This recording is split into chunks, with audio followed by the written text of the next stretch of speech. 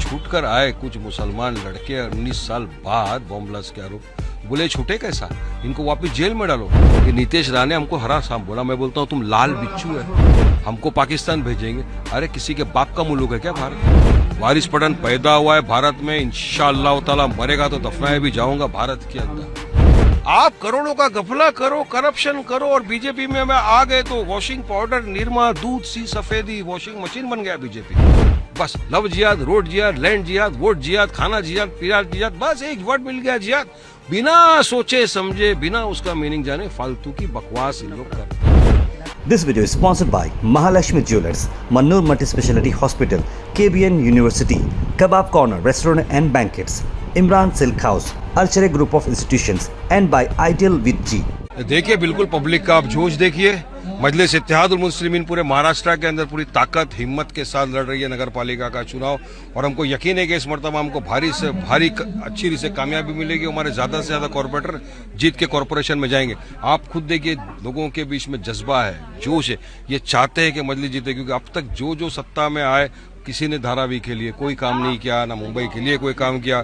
ये civic amenities का चुनाव होता है। आप देखिए धारावी की हालत, गटर बह रहा है, नाले बह रहे हैं, बदबू, ना रास्ते बने हैं, ना कुछ नहीं, और ऊपर से यहाँ पे अडानी का अत्याचार चालू है।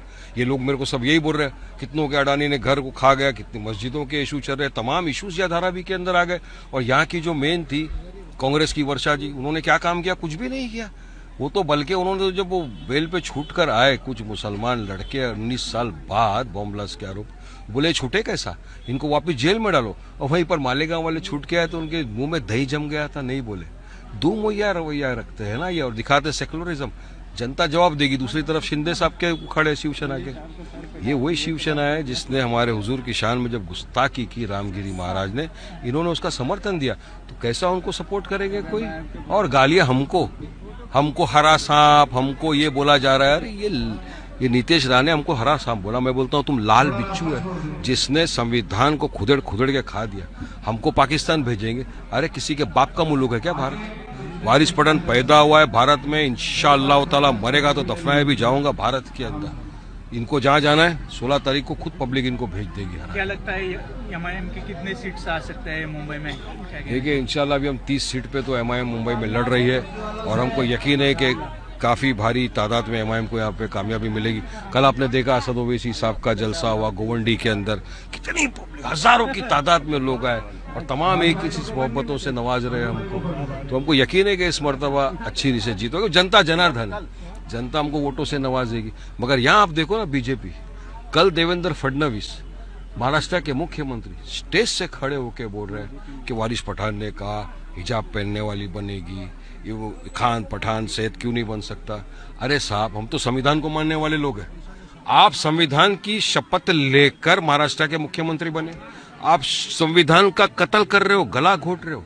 आप कौन होते हो बोला? संविधान में कहाँ लिखा है कि ये बनेगा या ये बनेगा, ये नहीं बनेगा?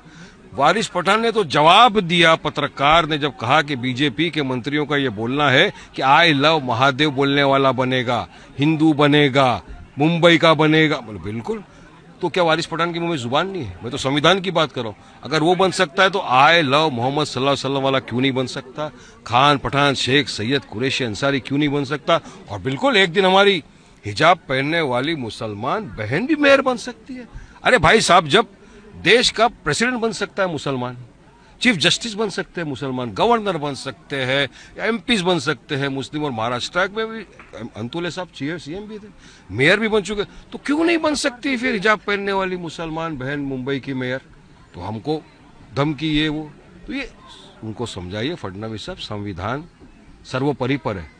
संविधान के हिसाब से जनता जिसको मोहब्बत से नवाजेगी, वोटों से नवाजेगी, बनेगा। लेकिन इस तरह बोलेगा यही बनेगा तो मैं फिर जवाब दूंगा। मेरा जवाब यही रहेगा कि इंशाअल्लाह ताला एक दिन ये भी बन सकते हैं। कहीं ना कहीं जो अजित पवार की एनसीपी है वो महायुति से बाहर आ चुकी है, और नवाब मलिक भी लोकल बॉडी के हेड है, तो वो भी लड़ रही है। कहीं ना कहीं माइनॉरिटी को अट्रैक्ट करने के लिए बाहर आई है। क्या लगता है, उसको लेकर क्या कहना चाहेंगे? देखिए साहब, कौन किसके साथ अब तक तो ये समझ में नहीं आ रहा है। कल अजित पवार ने कहा मैंने 70,000 करोड़ का घपला किया, फिर भी आज मैं बीजेपी के साथ हूं। मतलब आप करोड़ों का घपला करो, करप्शन करो और बीजेपी में आ गए तो वॉशिंग पाउडर, निरमा, दूध सी सफेदी, वॉशिंग मशीन बन गया बीजेपी। यही मोदी जी थे जिन्होंने मंच से खड़े होकर कहा था कि अजीत दादा ने 30,000 करोड़ 70,000 करोड़ का घपला कर दिया। वही 2-3 महीने में अजीत पवार जाके मोदी के पास गोद में जाके बैठ गए, धुल गए साफ। यही देवेंद्र फडणवीस जी ने कहा था कि हम सत्ता में आएंगे तो अजीत दादा को जेल में डालेंगे, in jail Ajit Dada pissing चक्की, pissing and pissing and pissing बोला था ना। अब क्या हो गया, आप और अजीत दादा दोनों बैठकर तो मलाई जैम खाइंग खाइंग खाइंग हो गया। अब तो कुछ नहीं, क्या एक्शन लेंगे आप इनके खिलाफ? क्यों कोई बात नहीं करता अजीत दादा के खिलाफ? करप्शन को तो खत्म करना है ना। तो कल को कोई भी करप्शन करेगा, कोई का बीजेपी में आएगा, वॉशिंग मशीन से धुल जाएगा। तो लो एक्शन, फिर अगर ताकत है, हिम्मत है, करके दिखाओ। मोहन भागवत जी का एक बयान आया है, लव जिहाद के ऊपर उन्होंने टिप्पणी की है, किस तरह से देखते हैं उनके उस बयान को? देखिए, सबसे पहले तो इनको लव जिहाद का मतलब पूछिए क्या है। जिहाद का मतलब भी नहीं मालूम इनको। बोले डिफाइन करो लव जिहाद का मतलब क्या होता है, इनको नहीं पता। हजारों केस हो गए लव जिहाद के। आप बताओ मुझे कौन से स्टेट में कितने हुए लव जिहाद के केस, बताइए हमको, बताओ। इनके पास डेटा नहीं है। अरे इन्हीं के मंत्री महाराष्ट्र में खड़े होकर बोले हजारों केस लव जिहाद के हो गए। खोदा पहाड़ निकला चूहा कुछ नहीं निकला। ये लोग सांसद के अंदर बहस करने के लिए तैयार नहीं है। और इतना ही नहीं, एक अगर 18-19 साल का लड़का या लड़की जिसको कानूनी इजाजत देता है कि वो अपनी मनपसंद से प्यार करे, शादी करे, ये कौन होते हैं उसको रोकने वाले? कानूनी अगर कोई कर रहा है। अब क्या बीजेपी के कितने मंत्री है जिन्होंने इंटरकास्ट मैरिज की है, मुसलमानों के नॉन मुस्लिम से शादी की है? कितने सुपरस्टार्स है जिन्होंने मुसलमान होते हुए नॉन मुस्लिम लड़की से शादी की है?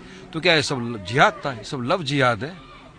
तो ये इंटरकास्ट मैरिज को बस लव जिहाद, रोड जिहाद, लैंड जिहाद, वोट जिहाद, खाना जिहाद, पीरा जिहाद, बस एक वर्ड मिल गया जिहाद।